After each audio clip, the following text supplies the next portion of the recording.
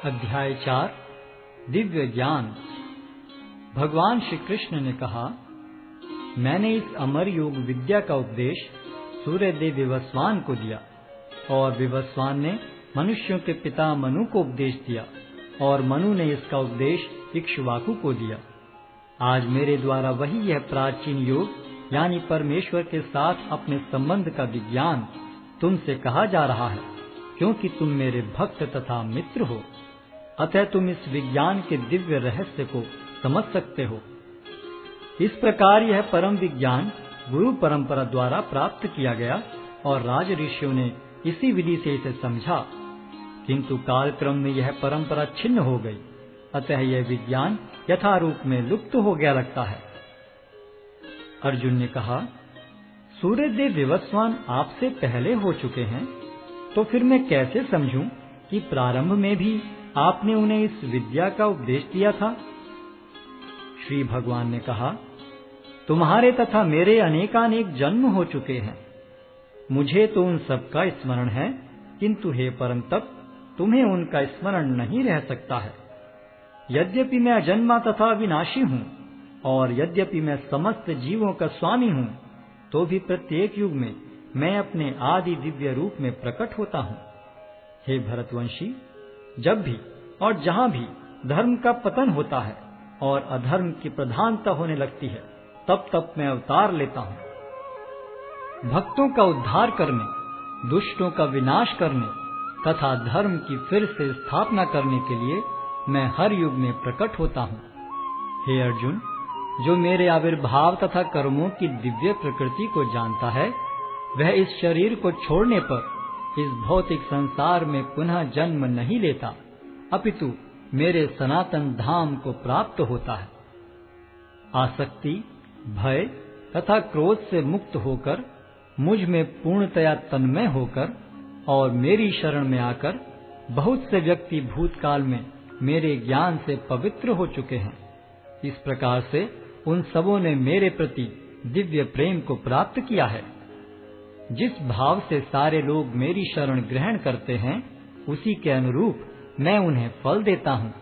हे पार्थ, प्रत्येक व्यक्ति सभी प्रकार से मेरे पथ का अनुगमन करता है। इस संसार में मनुष्य सकाम कर्मों में सिद्धि चाहते हैं, फलस्वरूप वे देवताओं की पूजा करते हैं। निस्संदेह संसार में मनुष्य को सकाम कर्म का फल शीघ्र प्राप्त होता है।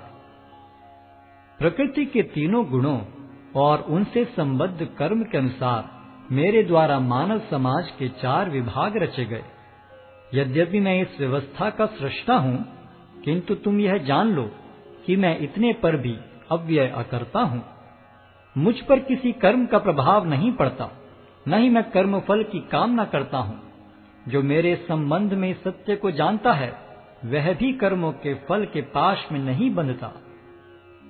प्राचीन काल में समस्त मुक्तात्माओं ने मेरी दिव्य प्रकृति को जान करके ही कर्म किया। अतः तुम्हें चाहिए कि उनके पद चिन्हों का अनुसरण करते हुए अपने कर्तव्य का पालन करो। कर्म क्या है और अकर्म क्या है, इसे निश्चित करने में बुद्धिमान व्यक्ति भी मोहग्रस्त हो जाते हैं। अतः मैं तुमको बताऊंगा कि कर्म क्या है, जिसे जानकर तुम सारे अशुभ से मुक्त हो सकोगे। कर्म की बारीकियों को समझना अत्यंत कठिन है। अतः मनुष्य को चाहिए कि वह यह ठीक से जाने कि कर्म क्या है, विकर्म क्या है और अकर्म क्या है। जो मनुष्य कर्म में अकर्म और अकर्म में कर्म देखता है, वह सभी मनुष्यों में बुद्धिमान है और सब प्रकार के कर्मों में प्रवृत्त रहकर भी दिव्य स्थिति में रहता है। जिस व्यक्ति का प्रत्येक प्रयास इंद्रिय तृप्ति की कामना से रहित होता है, उसे पूर्ण ज्ञानी समझा जाता है। उसे ही साधु पुरुष ऐसा करता कहते हैं, जिसने पूर्ण ज्ञान की अग्नि से कर्म फलों को भस्मसात कर दिया है। अपने कर्म फलों की सारी आसक्ति को त्याग कर सदैव संतुष्ट तथा स्वतंत्र रहकर वह सभी प्रकार के कार्यों में व्यस्त रहकर भी कोई सकाम कर्म नहीं करता। ऐसा ज्ञानी पुरुष पूर्ण रूप से संयमित मन तथा बुद्धि से कार्य करता है, अपनी संपत्ति के सारे स्वामित्व को त्याग देता है और केवल शरीर निर्वाह के लिए कर्म करता है। इस तरह कार्य करता हुआ वह पाप रूपी फलों से प्रभावित नहीं होता है। जो स्वतः होने वाले लाभ से संतुष्ट रहता है, जो द्वंद्व से मुक्त है और ईर्ष्या नहीं करता, जो सफलता तथा असफलता दोनों में स्थिर रहता है, वह कर्म करता हुआ भी कभी बंधता नहीं। जो पुरुष प्रकृति के गुणों के प्रति अनासक्त है और जो दिव्य ज्ञान में पूर्णतया स्थित है, उसके सारे कर्म ब्रह्म में लीन हो जाते हैं। जो व्यक्ति कृष्ण भावनामृत में पूर्णतया लीन रहता है, उसे अपने आध्यात्मिक कर्मों के योगदान के कारण अवश्य ही भगवत धाम की प्राप्ति होती है, क्योंकि उसमें हवन आध्यात्मिक होता है और हवि भी आध्यात्मिक होती है। कुछ योगी विभिन्न प्रकार के यज्ञों द्वारा देवताओं की भली भांति पूजा करते हैं और कुछ परब्रह्म रूपी अग्नि में आहुति डालते हैं। इनमें से कुछ विशुद्ध ब्रह्मचारी श्रवण आदि क्रियाओं तथा इंद्रियों को मन के नियंत्रण रूपी अग्नि में स्वाहा कर देते हैं, तो दूसरे लोग इंद्रिय विषयों को इंद्रियों की अग्नि में स्वाहा कर देते हैं।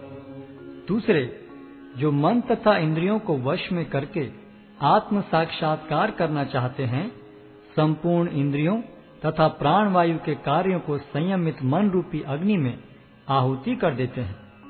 कठोर व्रत अंगीकार करके कुछ लोग अपनी संपत्ति का त्याग करके, कुछ कठिन तपस्या द्वारा, कुछ अष्टांग योग पद्धति के अभ्यास द्वारा अथवा दिव्य ज्ञान में उन्नति करने के लिए वेदों के अध्ययन द्वारा प्रबुद्ध बनते हैं।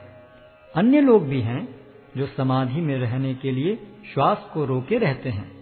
वे अपान में प्राण को और प्राण में अपान को रोकने का अभ्यास करते हैं और अंत में प्राण अपान को रोककर समाधि में रहते हैं। अन्य योगी कम भोजन करके प्राण की प्राण में ही आहुति देते हैं। ये सभी यज्ञ करने वाले यज्ञों का अर्थ जानने के कारण पाप कर्मों से मुक्त हो जाते हैं और यज्ञों के फल रूपी अमृत को चखकर परम दिव्य आकाश की ओर बढ़ते जाते हैं। हे कुरुश्रेष्ठ, जब यज्ञ के बिना मनुष्य इस लोक में या तो इस जीवन में ही सुखपूर्वक नहीं रह सकता, तो फिर अगले जन्म में कैसे रह सकेगा। ये विभिन्न प्रकार के यज्ञ वेद सम्मत हैं और ये सभी विभिन्न प्रकार के कर्मों से उत्पन्न हैं। इन्हें इस रूप में जानने पर तुम मुक्त हो जाओगे। हे परंतप, द्रव्य यज्ञ से ज्ञान यज्ञ श्रेष्ठ है। हे पार्थ, अंततो गत्वा सारे कर्म यज्ञों का अवसान दिव्य ज्ञान में होता है। तुम गुरु के पास जाकर सत्य को जानने का प्रयास करो, उनसे विनीत होकर जिज्ञासा करो और उनकी सेवा करो। स्वरूप सिद्ध व्यक्ति तुम्हें ज्ञान प्रदान कर सकते हैं, क्योंकि उन्होंने सत्य का दर्शन किया है। स्वरूप सिद्ध व्यक्ति से वास्तविक ज्ञान प्राप्त कर चुकने पर तुम पुनः कभी ऐसे मोह को प्राप्त नहीं होगे, क्योंकि इस ज्ञान के द्वारा तुम देख सकोगे कि सभी जीव परमात्मा के अंश स्वरूप हैं, अर्थात वे सब मेरे हैं। यदि तुम्हें समस्त पापियों में भी सर्वाधिक पापी समझा जाए, तो भी तुम दिव्य ज्ञान रूपी नाव में स्थित होकर दुख सागर को पार करने में समर्थ होगे। जैसे प्रज्वलित अग्नि ईंधन को भस्म कर देती है, उसी तरह हे अर्जुन, ज्ञान रूपी अग्नि भौतिक कर्मों के समस्त फलों को जला डालती है। इस संसार में दिव्य ज्ञान के समान कुछ भी उदात्त तथा शुद्ध नहीं है। ऐसा ज्ञान समस्त योग का परिपक्व फल है। जो व्यक्ति भक्ति में सिद्ध हो जाता है, वह यथा समय अपने अंतर में इस ज्ञान का आस्वादन करता है।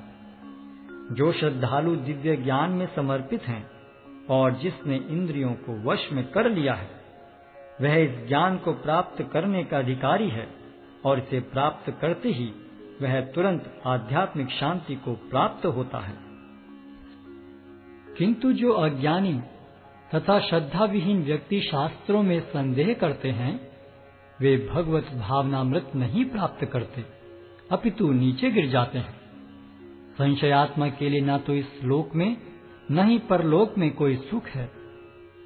जो व्यक्ति अपने कर्म फलों का परित्याग करते हुए भक्ति करता है और जिसके संशय दिव्य ज्ञान द्वारा विनष्ट हो चुके हैं, वही वास्तव में आत्मपरायण है।